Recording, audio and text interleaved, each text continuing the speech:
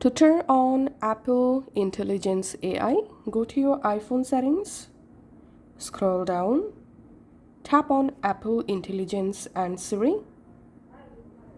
In here, tap on Turn on Apple Intelligence. Tap on Continue. In here, you can choose notifications to summarize. In my case, I'm tapping on Not Now. And I'm turning on priority notifications, tapping on Continue, Continue, Continue, Continue. And that's it. We can see Apple Intelligence is started to download, so it may take some minutes to finish Apple Intelligence download and set up on your iPhone. Once Apple Intelligence successfully downloaded, now to activate Apple Intelligence, you can just long press the power button.